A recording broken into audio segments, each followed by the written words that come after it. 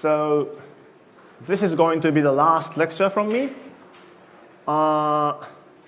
So in the last 3 lectures, I described how the S-duality of n equals 2 supersymmetry.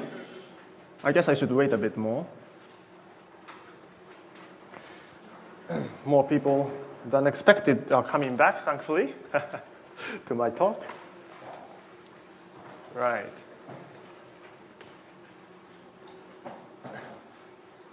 So far, I talked about the S-duality of n equals 2 for the theories of type SU2 and how they can be understood starting from 6D theory with 2, 0 supersymmetry, again of type SU2.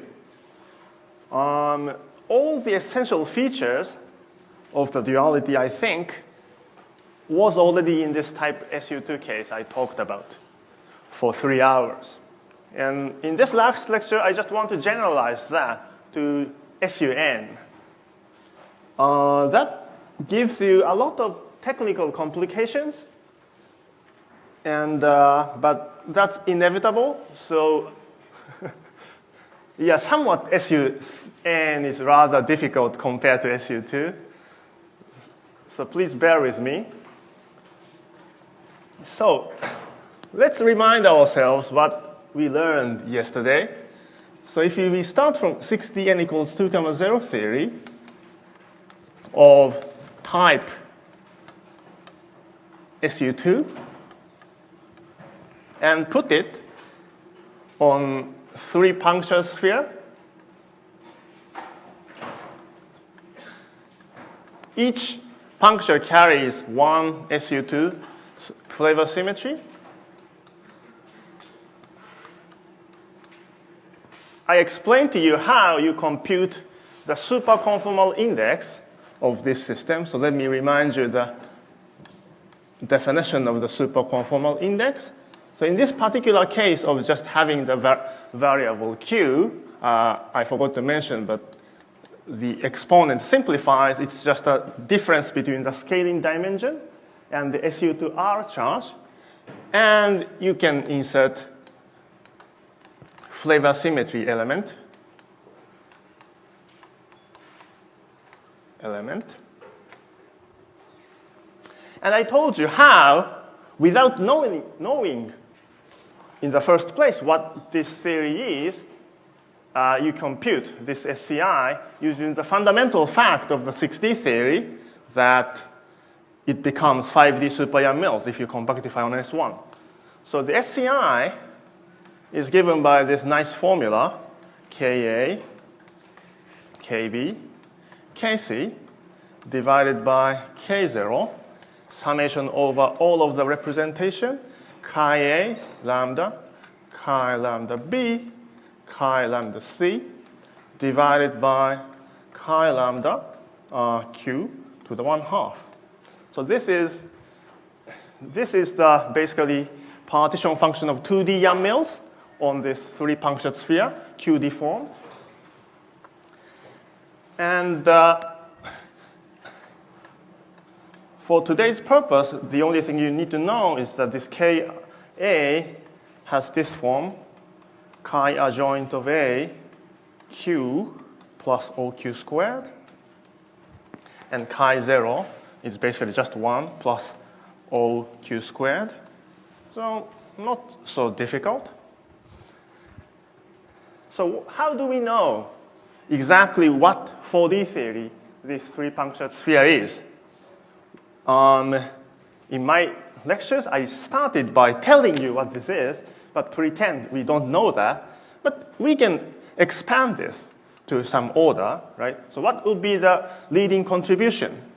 Of course, the leading contribution is 1. The next contribution, in fact, starts at order Q to 1/2. So, and for simplicity, let's just consider the expansion until OQ. So you can just forget about Ka and K0, right? So all you have to do is to expand this part. The trivial representation gives you this 1. The next contribution comes from the doublet representation. So what you have is that, well, I guess I should first explain how it works. So doublet, doublet B, doublet C, and you need to consider this. So this is Q minus 1/2 plus Q 1/2. But in any case, this is just Q minus 1/2 1 times OQ, right? So for our purpose of expanding things up to order Q, this is just becomes Q to the 1/2.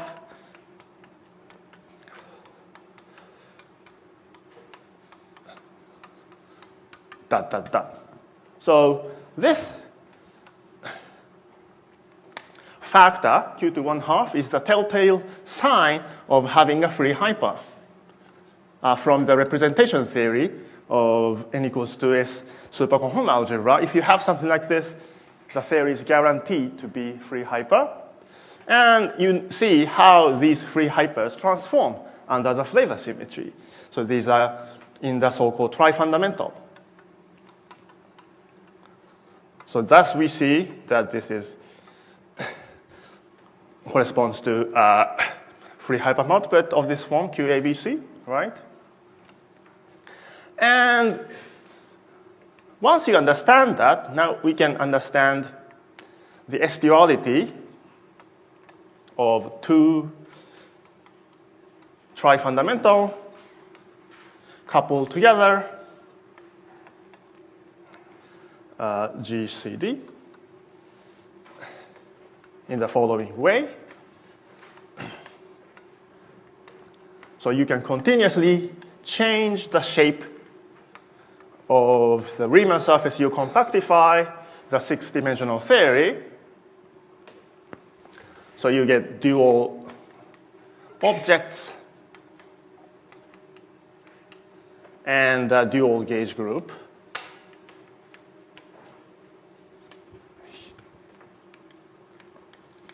Yesterday, I also told you how to read off the coupling constant here. So the coupling constant of this guy is basically given by R5 over R6, where R5 is this length and R6 is this radius. So if you want to make this very strongly coupled, you need to make this ratio very small. So you need to crash them together in this direction. And in that limit, you can split them on the vertical side so that you again find the dual weakly coupled gauge group. So that was how we understand the S-duality of n equals 2. So SU2 gauge theory coupled to 4 flavors, because this counts as 2 flavors. So far, so good. So all I want to do today is to generalize everything to SU3 and up. So the natural thing to do is to change this to SUN. So I'm sorry for doing that. This is very easy to do on the blackboard, but for those who are taking notes in a traditional notepad, this is very bad. If you are using tablet, then you can just all copy the content and modify. I'm very sorry about that. So I'm going to change everything to n. This, I'm so sorry. The only thing you need to change is the argument here, right? So as I told you, the argument becomes a certain diagonal matrix of this form, Qn minus 3, dot 2, dot, dot, dot, Q1, 2. Right? So what is this theory? So from this on, I can rewrite everything because things are significantly different. I might reuse this, though. So let's just consider the next case, n equals 3. What would be the expansion of the superconformal index? It starts with 1. The next term is, in fact, so let me just write down what this object is. So in the denominator, you have chi lambda diagonal q plus 1, 1, q minus 1, right? So clearly there's no fractional power of q. So the leading contribution is OQ. So let's compute the superconformal index up to OQ squared. Then order Q term comes from two contributions. One contribution from here, from the K factors, and from this term when lambda is a fundamental or the anti-fundamental. So let me just write the contribution from K's. Chi adjoint B plus chi adjoint C. So these are the contributions from the K's.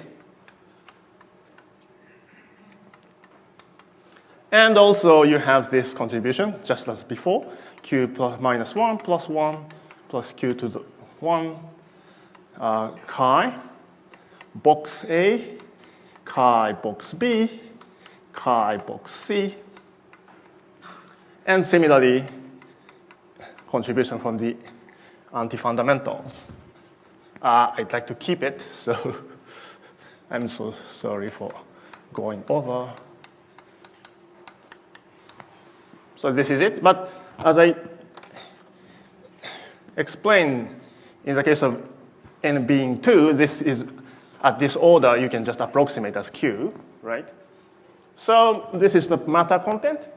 Now we don't see any factor of q to the 1/2.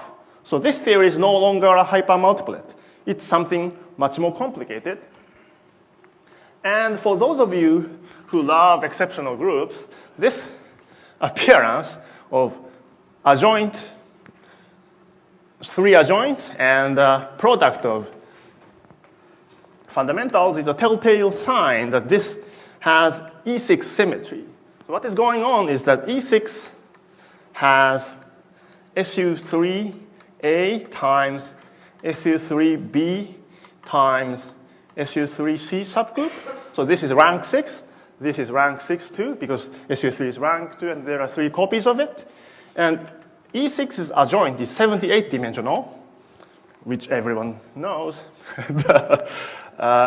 This decomposed under this decomposition into adjoint of 1, adjoint of another, adjoint of the third, and product of 3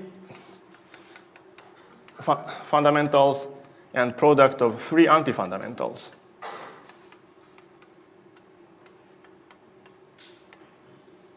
So, and this structure persists to the higher order. It's a fun exercise if you know how to use Mathematica or other computer algebra system to compute higher orders and check everything works. So when n is 3, people have found that this particular 3-punctured sphere theory is no longer a free hypermultiplet, but this is, this theory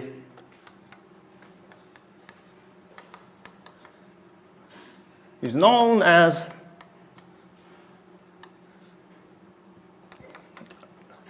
E6 theory of Minahan and Nemeshchansky.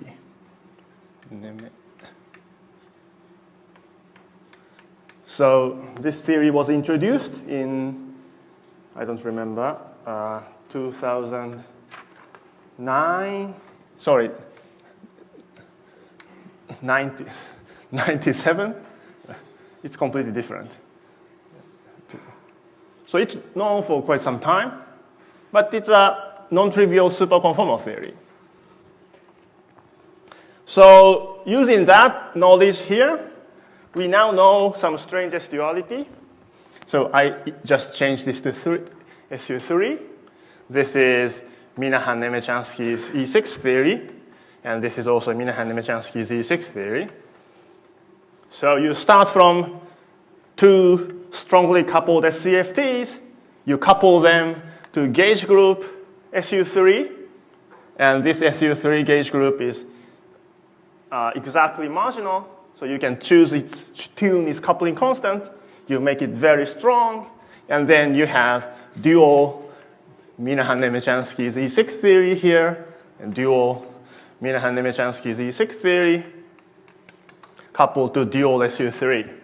So this is the natural generalization of SU2 full flavor S duality to SU3. This is the most natural one. But from the perspective of an old guy like me, this is not very satisfactory because this is a mysterious theory, another mysterious theory, coupled to something which we know. This is gauge group. And you make it strong, and it is self-dual in some sense. So it's a new knowledge about strongly coupled n equals to theory in 4 dimensions. But this is just too mysterious, right? So I'd like to understand what happens when, sorry, two Minahan-Nemetshansky E6s. But I'd like to understand what happens when you just take n equals 2, SU3 plus nf equals 6. So this is a more conventional gauge theory. And I'd like to understand what is the dual description when the gauge coupling of this theory is made strongly coupled. So that's what I'd like to do.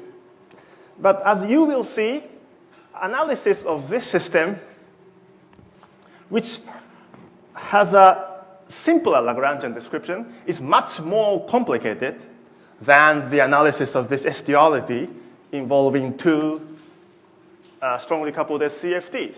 So one lesson we will learn today is that Lagrangian theories in 4D are not always easier than non-Lagrangian theories. So as you will see, the analysis here would be very, very complicated. But let me go on. But before getting there, let me just say a few words about exactly what happens when n is not 3, but some general n. In the general n case, if you do this computation, it doesn't fit with anything known before 2009.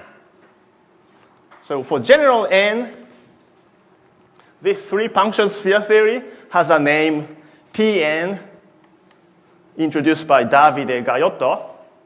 I asked Davide what T stands for. He told me it stands for theory. Yeah, but this is the name we use. So in general n, again, you have this S duality relating 2 Tn theories coupled to SUN gauge group. And the dual is, again, SUN coupled to 2 Tn's. Very symmetric, very understandable. But you don't know exactly what this Tn theory is. Well, since 2009, we have been working on the analysis of these Tn theories for quite some time. So we know quite a lot about these theories, but still they are not Lagrangian theories. So we would like to understand what happens if you start from SUN with 2n flavors. But again, the analysis will be very, very complicated, much more complicated than this nice case. So Lagrangians are not always good. Right. So to do this, I need to introduce another concept, another technique, which is very often used these days by people who does the analysis of non-perturbative analysis of supersymmetric field theories, which is called partial closure of punctures. So that's a funny name.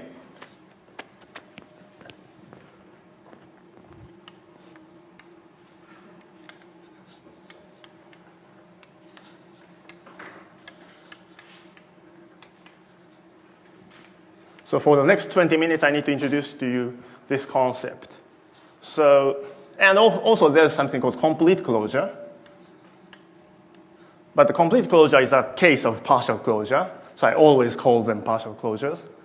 So, what's going on? So in general,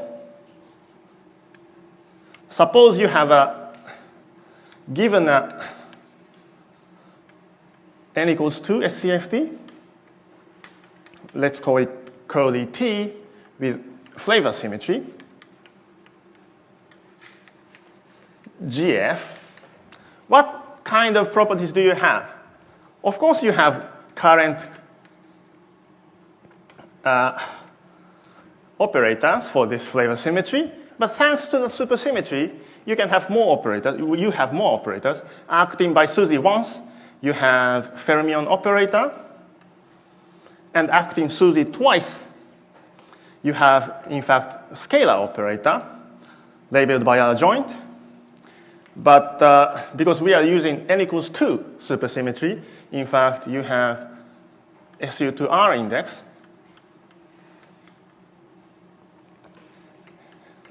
And 2 SU2R indices, and this is symmetric. So this is SU2R triplet, GF adjoint, scalar. So this is a very general property of SCFT.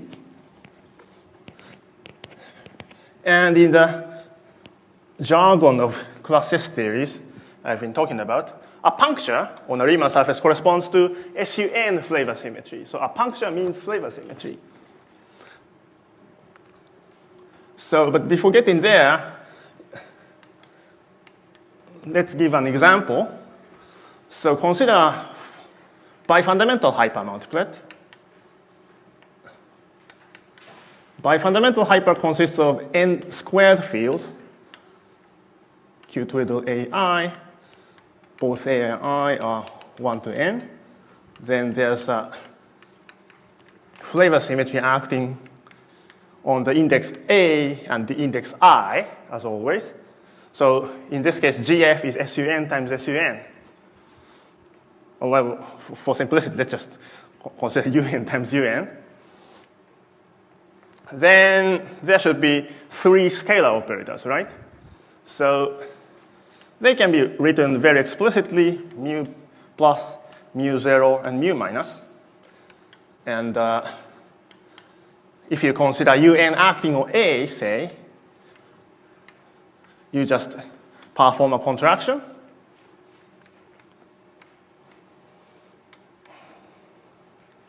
And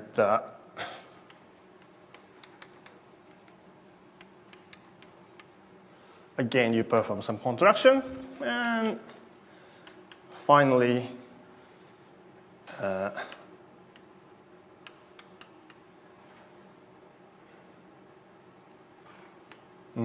I'm getting confused here. IA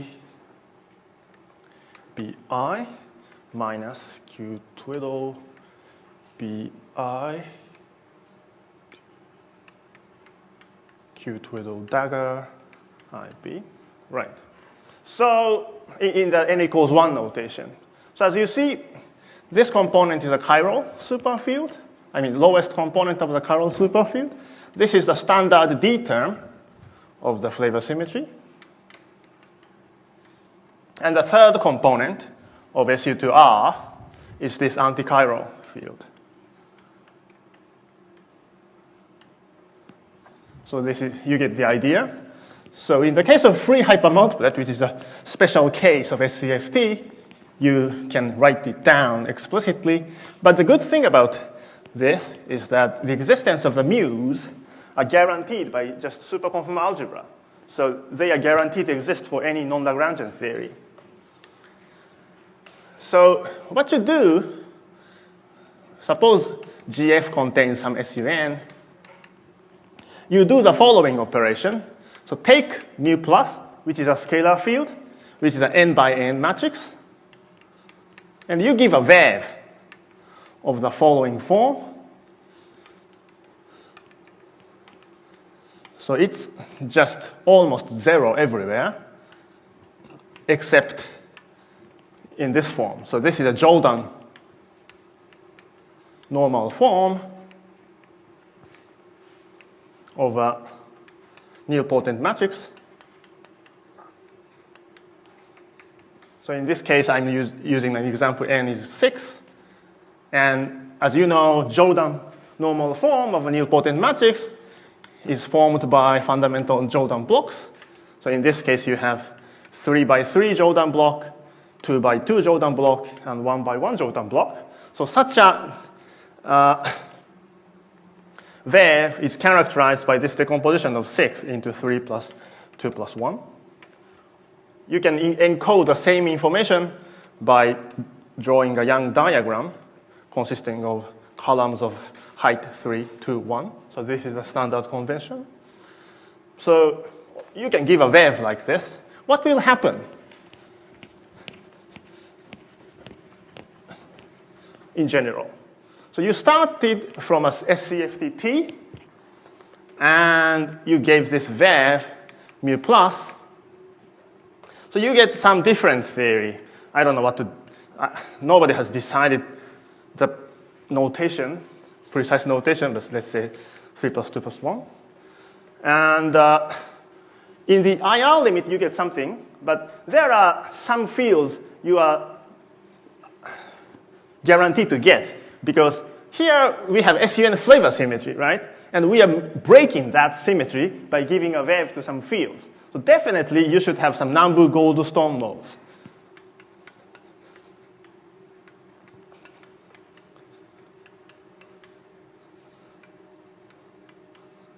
Right?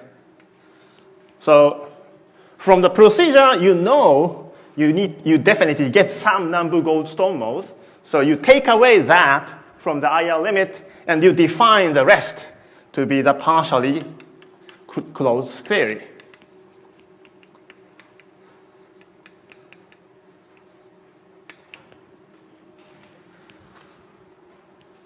So this is the definition. And as I will tell you, a complete closure corresponds to giving a biggest wave. So mu plus is given by this biggest Jordan block.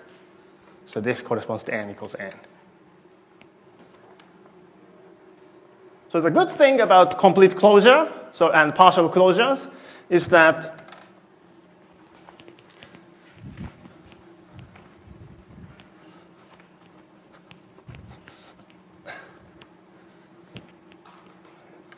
we can start from this mysterious Tn theory and perform this partial closure to get free hypermultiplets.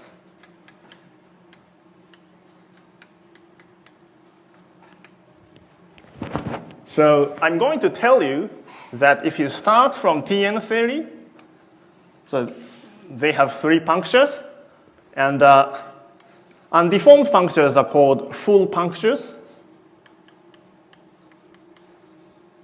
So full punctures are punctures before the partial closure. And as I emphasized, there are 3 SUNs, each associated to each puncture. You pick this SUN, one of this, and perform partial closure by this particular Young diagram, n minus 1. This means you have this Young diagram and do this operation. So you start from this Tn, do this operation, and in fact you get exactly this, n by n free hypers.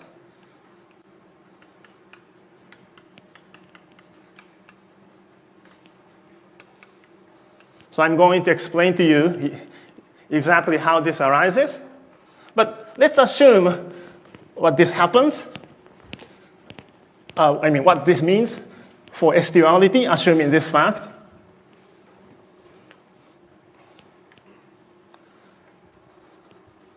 So assuming this fact, we can start from considering this three-punctured sphere. So in my notation today, this star stands for partially closed puncture of using this data. Partial closure is just this giving of wave and stripping away of all the number ghost one modes. So this is n by n Qs, right? And you connect this with another three-puncture sphere. So this is again n by n Qs.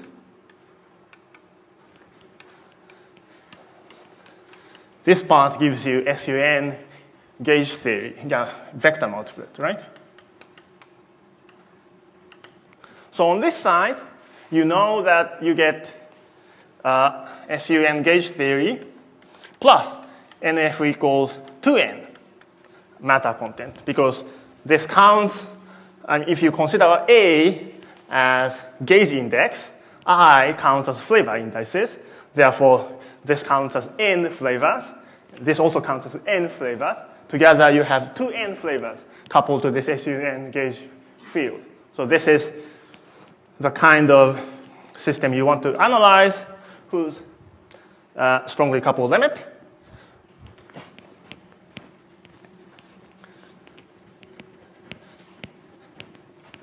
And its SDO is, of course, obtained by crushing this together. You split them on the other direction. So you get this system, right? So all you have to do is to analyze what this is. And I will analyze this system by considering an intermediate step. We start from this intermediate step. You know what exactly this is, because this part is just three-punctured sphere theory. So this is TN theory, right? This part is a dual SUN gauge group. And finally, this part has two full punctures and a puncture of type star. This is the bifundamental hypermultiplet. So this is n flavors of SUN, right? Q and Q twiddle, right? So this final SDO form of this SUN plus 2n flavors is obtained from this funny system by partially closing this puncture. So we are going to partially close this puncture to this type.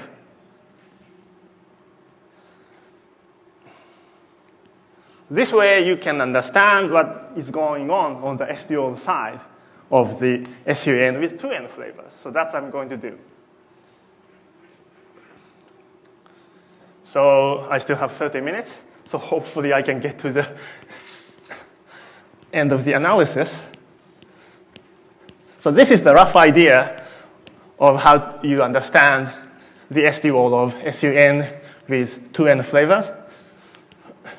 So this will be more complicated than just analyzing the duality of Tn coupled to Tn. Good.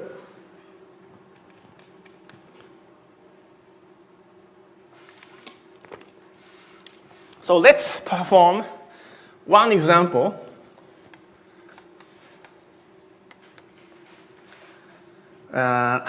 of closure in the simplest case. So let's consider SU2, right? And suppose you have a theory like this, and pick a puncture. This has SU2 associated to it. So you have mu plus field. And let's give it a wave, 0, 1, 0, 0. In the case of SU2, there's no other way to do something non-trivial. So how do we analyze this? In this case, we know what this is as a gauge theory. So this can be analyzed using this trick. So you have this puncture connected this way. So let's call this puncture B, puncture A, and puncture B. And this is a gauge puncture, additional puncture. So this part is just Q, AIU, say. It's a trifundamental. Let's say SU2A acts on QA, SU2B acts here, and gauge acts here. In this case, mu fields can be explicitly written. So mu AB with index down is given by QAIU, QBJV, epsilon IJ, epsilon UV. This is a standard result, just following the superconformal algebra. And because I used two epsilon symbols, A and B are automatically symmetrized, right? So this is in the adjoint of SU2A, which is as it should be. And so this is written in the way one index is lower, one index is upper, but I'm now using both indices lower. So to set this wave, what you need to do is to set mu plus 1, 1 to be 1, and the rest to be 0. This can be arranged by giving a wave to AIU in this quite obvious way, delta A1, epsilon IU. So I need to give a wave to the hypermultiplet. So what this does is that you need to use this funny operation of using epsilon symbol relating two different flavor symmetries.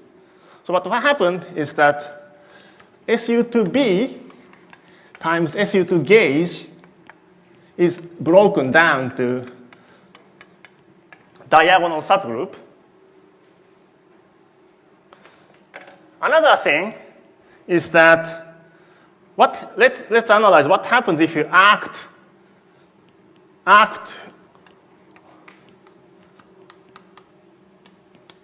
to this wave, this SU2A flavor symmetry. We are breaking the flavor symmetry by giving a wave. Therefore, there should be Nambu-Goldstone modes. So what would happen in general? Well, A appears only here. So what happens is that this delta AI, A1, just becomes some general vector, QA. So this is the Nambu-Goldstone mode. So what happens is that in this operation, SU2G is broken. And Higgs mechanism eats 3 hypers. And there's a Nambu-Goldstone mode. Nambu-Goldstone mode, there's 1. This original QAIU counts as 4 hypers. You might say that if you multiply 2, 2, 2, you get 8. But this is a half hypermultiplet. Therefore, there are only 4 full hypers. So what happens is that out of 4 hypers contained in this Q, 3 gets eaten. 1 is a Nambu-Goldstone mode. So I declare that in the process of partial closure, I just remove them. So you don't get anything left. This means that after the partial closure, where should I write? So this guy just becomes, I have no place to write. So this guy just becomes this. So original puncture B and the gauge puncture G is identified because the flavor symmetry is broken down to the diagonal subgroup. So end result of this operation is that we started from this Riemann surface. I gave this wave. I just ended up erasing just the puncture A. That's why it's called closure of punctures. Puncture is just closed, and it disappears. So this is the complete closure. So how do we analyze such a partial closure or complete closure in the non-Lagrangian case? Because this analysis was possible due to the fact that we knew exactly what three-puncture sphere theories is. But here, I'd like to apply this procedure for something we don't know the Lagrangian description. So to see that, we need to analyze that process of SU2 in a slightly different way. So let's write this wave again and think about it for a minute. Well, I cannot spend a minute just thinking, but this is not just SU2A triplet, but it is also a SU2R triplet. So this plus sign means that it's the highest weight of SU2R. And this wave clearly means that this is also a highest weight of SU2A. This means that, in fact, a diagonal subgroup SU2R prime is unbroken. This is similar to the procedure Nathan explained to us yesterday. He gave a wave to phi which had both scale charge and the ghost number. And after giving a wave, the new ghost number is the combination of the scale charge and the ghost number in the original theory. Just as in that case, I'm giving this funny wave which carries both SU2R charge and SU2A charge. This means, so this breaks SU2A completely, but SU2R remains. And the new SU2R charge is a combination of the original SU2R charge and original SU flavor charge. So what does this do to the superconformal index? So remember, in the superconformal index, you have this structure, Ka, Chi, and various other terms. So I'm just concentrating on terms which depend on SU2A. So these A variables are taken from SU2A. And remember, I just erased, but superconformal index has this form, Q minus I3. So this Q is basically, in some sense, SU2R.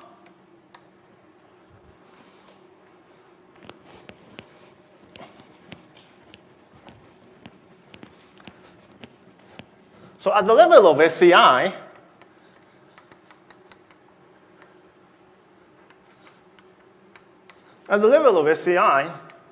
because the new SU2R symmetry is a diagonal combination of original SU2R and old SU2A, you need to set Q to be, A inverse to be Q1/2, Q minus 1/2, just because of this diagonal identification.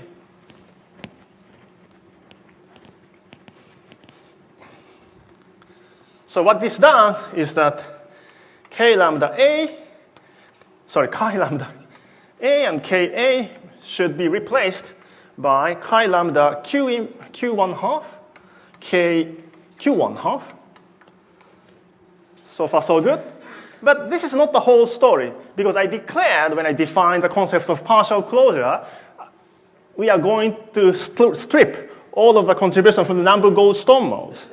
So, and you can check that this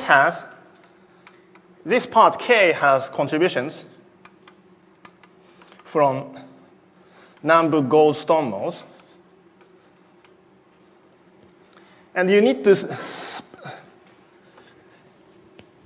remove it.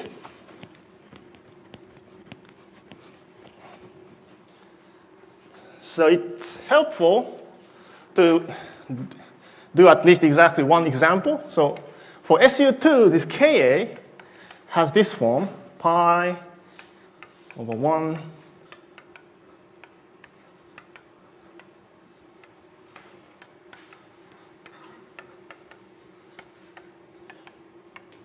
so this is the infinite product form of K. And let's set A to be Q to 1/2. So what happens is that this becomes 1 minus Qn minus 1, 1 minus Qn, 1 minus Qn plus 1. And you see, this gives a divergence because n starts from 1. So this is a telltale sign of an appearance of Nambu-Goldstone mode. And because Nambu-Goldstone modes in n equals 2 theory also comes in a hypermultiplet form, in fact, these two components, two factors in the infinite product corresponds to Nambu-Goldstone modes. So this is the reminder. And if you have taken the notes, this infinite product is exactly the thing I called K0. So what happens is that at the level of the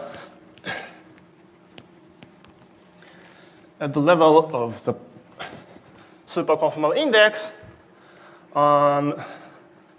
let's say you have genus G,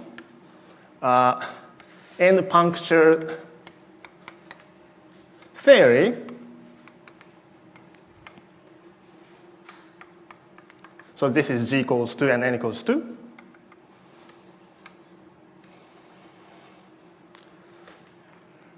Then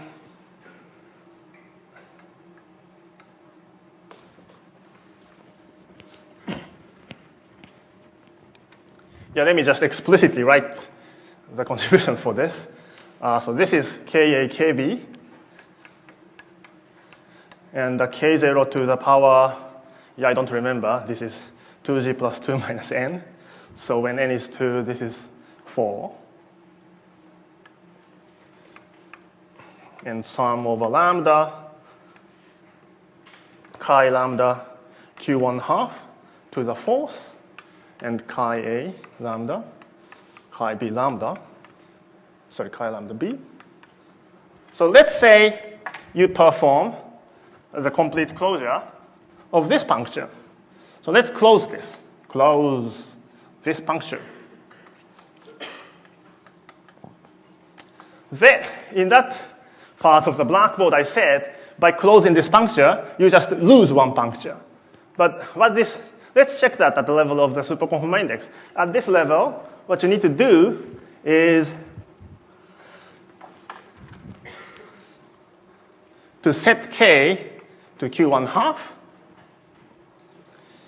replace one factor of Ka with K0. So this cancels against one factor. This cancels against one factor in the denominator. And this is exactly the general form of the Q-Yang-Mills amplitude for the Riemann surface with one less puncture. So this characterizes the procedure. Okay. How did you identify Nambu-Goldstone mode? You need to be, so thank you for the question.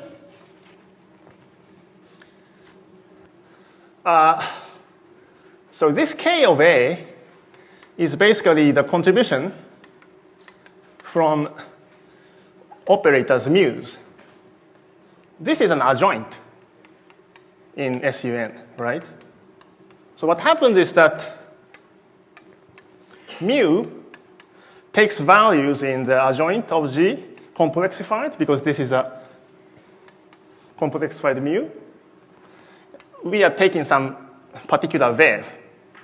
So in order to count the Nambu-Goldstone modes, all you have to do is to act on it with SUN.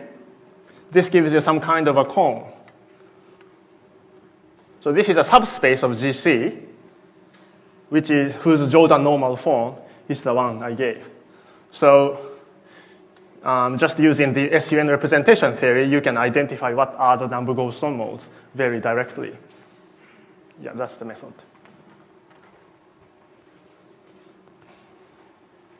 So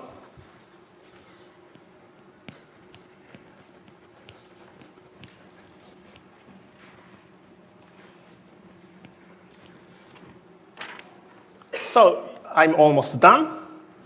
So as a generalization, let's consider the type SUN theory. And let's say we have a puncture, then you have SUNA, and accordingly, there's this mu plus. If you give the biggest wave, this eliminates this puncture completely.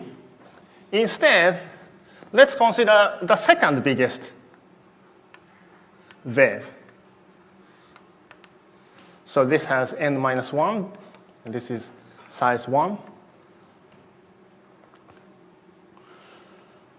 So this is the partial closure by this Young diagram n minus 1 and 1. Now, at the level of the superconformal index, all you have to do is to replace chi-a, ka by the following. Again, a linear combination of SU2, original SU2R and some SU2 subgroup of this SUNA remains.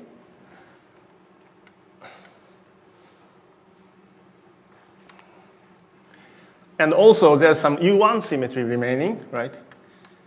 U1 symmetry generated by 1, 1, 1, 1 minus n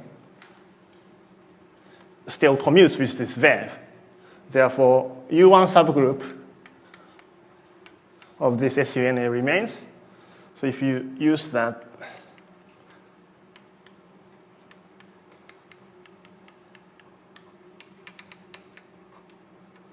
so the rule is this.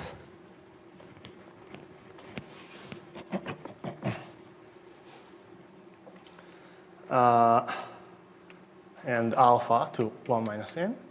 So alpha is in this unbroken U1, which is subgroup of SUN. And some factor, alpha. So this is the replacement you need to do.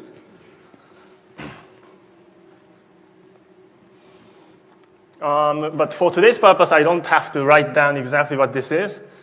This is just OQ, or 1 plus OQ. So now I can show you that this puncture, where one puncture is closed, partially closed to this type, is a free hypermultiplet. So the SCI can be written in a standard way.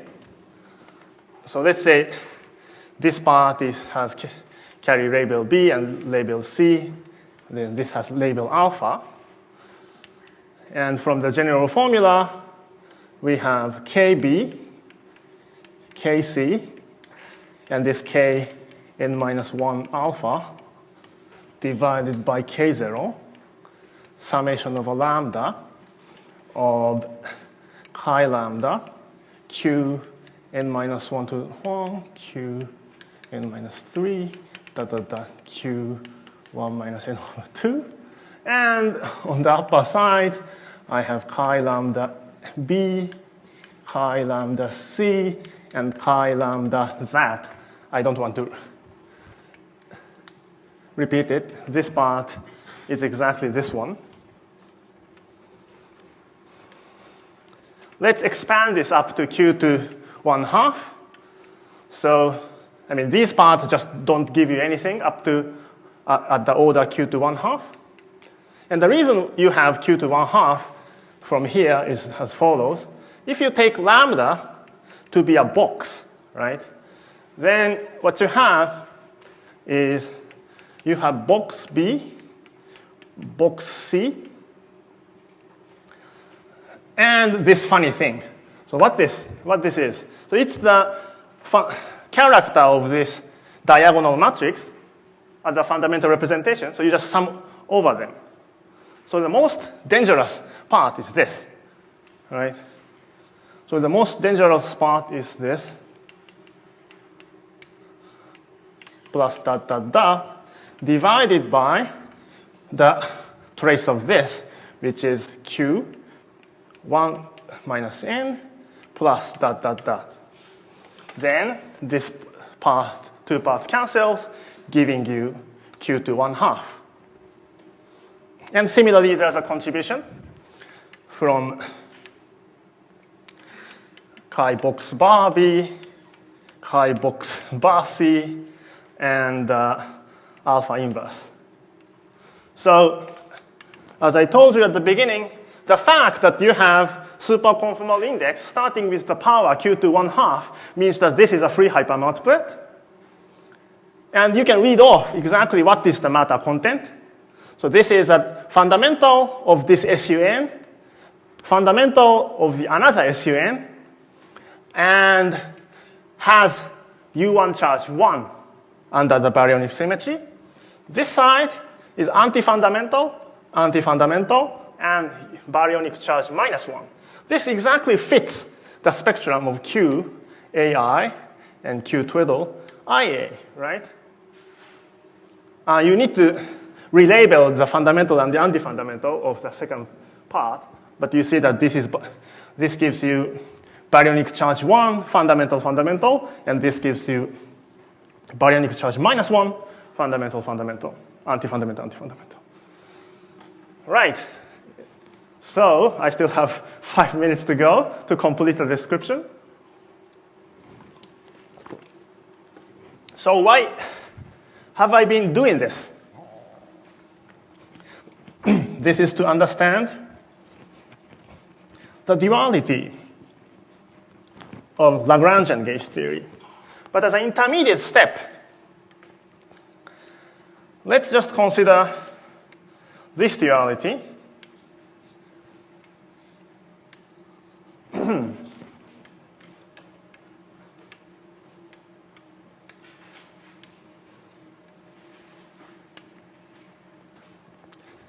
So now you know how to read off the matter content.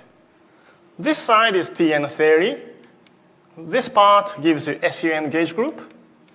This part, I just show you, gives you n flavors. Right? And this length controls the coupling constant, makes this very strong, goes to the dual frame, you get Tn theory, coupled to dual SUN, coupled to NF equals n. Good. We still have nice self-dual behavior of this mixed Lagrangian, Lagrangian, non-Lagrangian QFT. But that's not the final goal. Our final goal was that we want to make this part also this type of puncture so that this becomes another n quark field. So to see that, to analyze that, you need to close this too.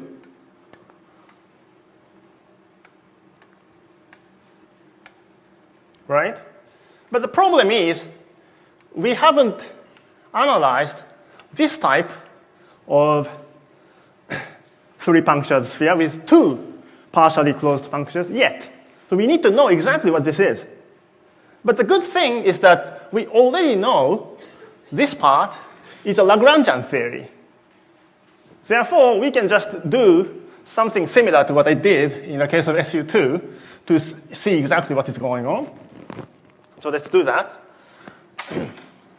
So this part is QAI and Q twiddle AI. And let's say this guy carries A index. And this guy carries I index. Right? So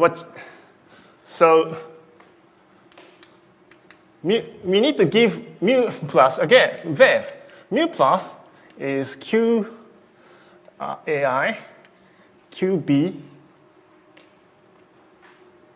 twiddle I, let's see, say.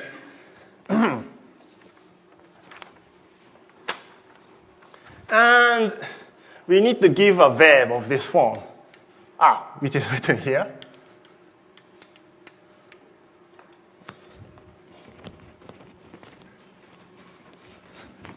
one way to give this wave is just to take this itself to be Q twiddle IB, and QAI to be this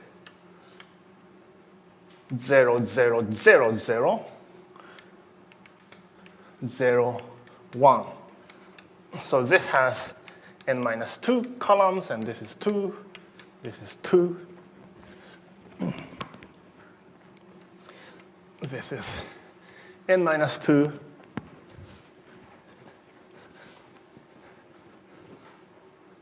So if you do that, mu multiplied in the opposite order, contracting A instead,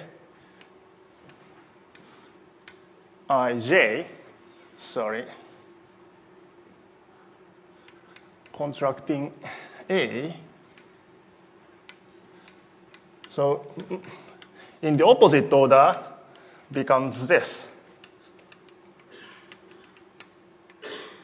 So this is a puncture, wave of this form, n minus 2, 1, 1.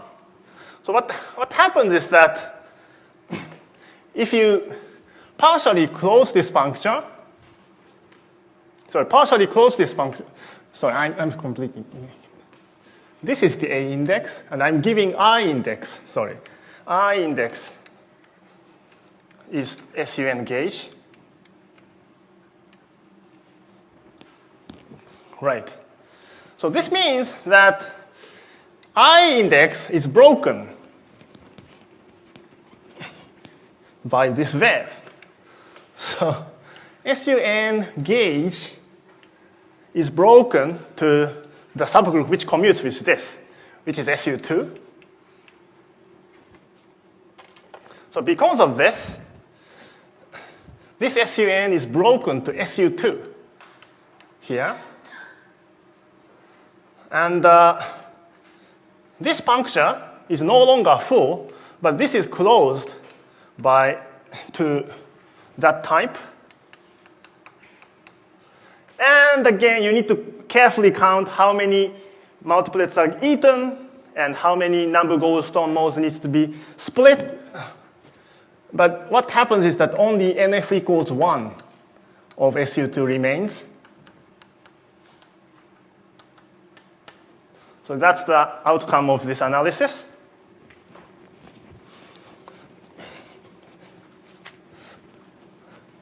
Sorry for getting over time. But the final answer is that if you start from this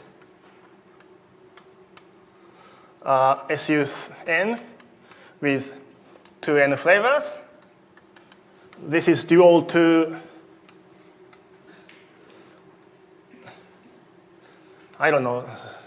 some other punctures of this type, coupled via SU2 gauge theory to one doublet.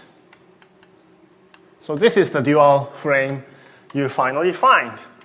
This is very complicated. So not all strong coupledness disappear. You still have this funny object remaining, but this is the fact of life. You cannot get any easier. So the final minus 2 minutes, let's just consider n equals 3 case. So in this case, this part becomes 1, 1, 1. So what is a puncture closed by this 1, 1, 1? 1, 1, 1 corresponds to Jordan block of size 1, right? This means it's just 0. So in this particular case, you are not doing anything. So closure by 1, 1, 1, 1, 1 means you do nothing. So this is T3 theory itself, which is a Minahan-Nemechensky's theory of E6. So in that case, SU3 with 6 flavors is dual to Minahan-Nemechensky's E6, coupled to SU2 gauge theory, coupled to one doublet, which is what Argyris and Zyberg found in 2007, which inspired Davide to come up with the general method to do this analysis. So that was what I wanted to say today. Thank you very much.